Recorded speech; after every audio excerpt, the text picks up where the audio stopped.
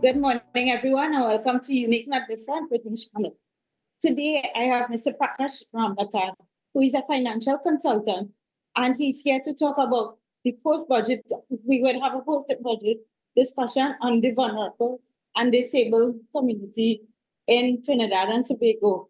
So, before I start, not much was discussed in terms of the vulnerable, but nothing was discussed when it comes to the disabled. And that leads to that can lead to multiple discussions on, I guess, impact and priorities. So here, as I mentioned, Mr. Akram, good morning. How are you doing? Good morning, Shamala. Good morning to your viewers, and good morning to Trinidad and Tobago. I'm doing fine. Awesome. So, you know, as I mentioned, not much was discussed in terms of what could be done in terms of, let's go broad in terms of the vulnerable. They did discuss about BT&T initiatives, and they talk about in terms of housing and things that have been done, right? But I think those things are not sustainable because even though you have the housing initiative, for example, right, you need a sustainable, in order to change the part of a vulnerable, you need to have sustainable opportunity. So from that budget, do you think that it is sustainable for the vulnerable group in society in general?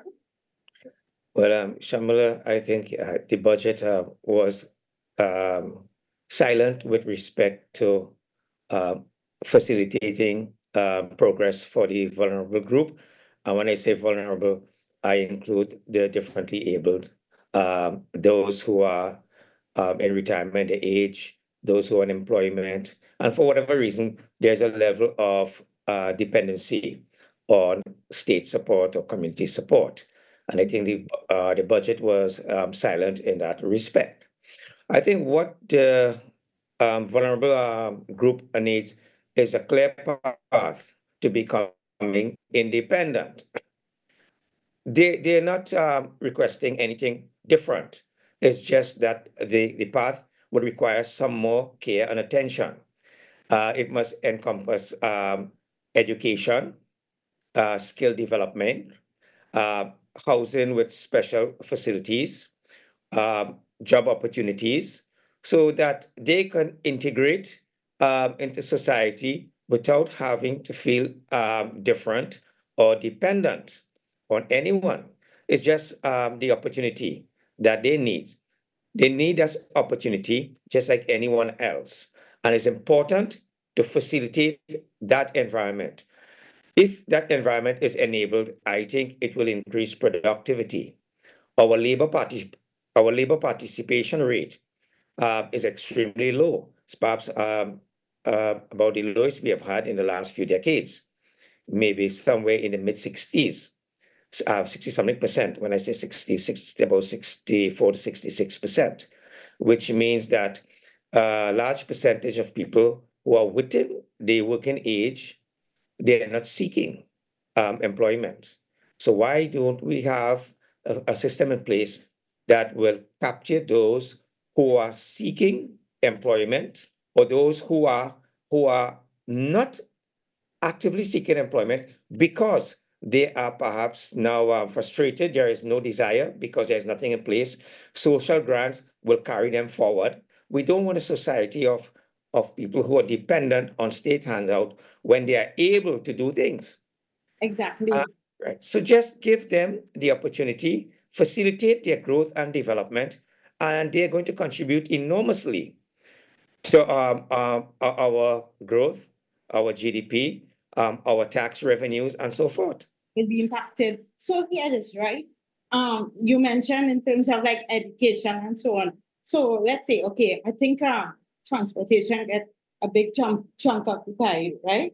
Um, so, but I remember having a discussion with a transport specialist, and they were saying that it would cost in order to make things accessible, but things need to start somewhere, right?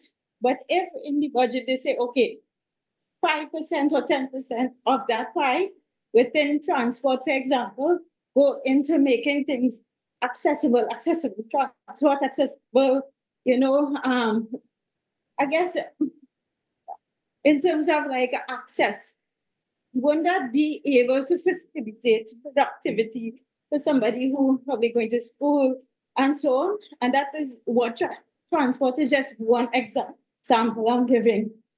Yeah. Well, we know the cost of the transportation and whatever facilities or services that are specially catered for the specially or differently able. But we kind of look at it as a cost. It should be seen as an investment in developing the human resources.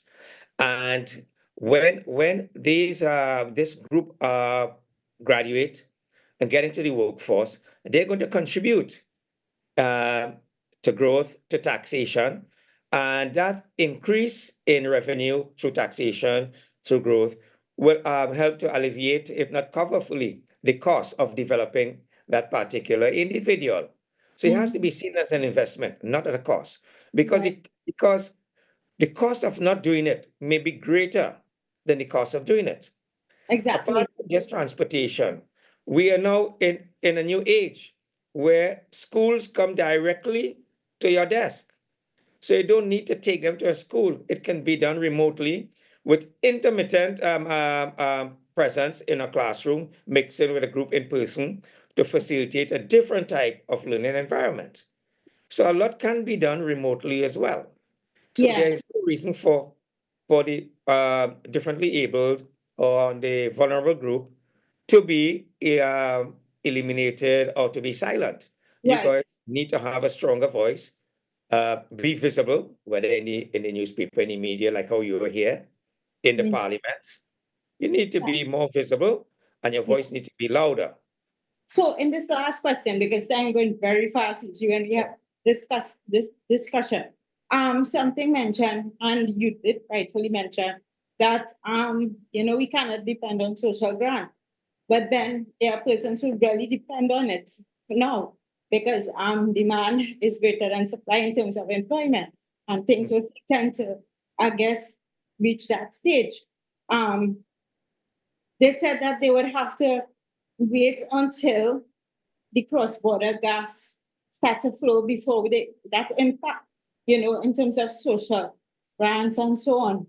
Now, is it that this is a diversification problem? And if you could just take probably a minute to answer this. Well, I do see some elements of diversification in the budget, and I can tell you, it doesn't matter which group forms the government. It's a challenging time for the country, and prioritizing spending and investment is going to be difficult because you don't want anyone to be left behind. But at the same time, you need to have resources to facilitate that growth over the coming decade or so. I've seen attempt to diversify in terms of tourism.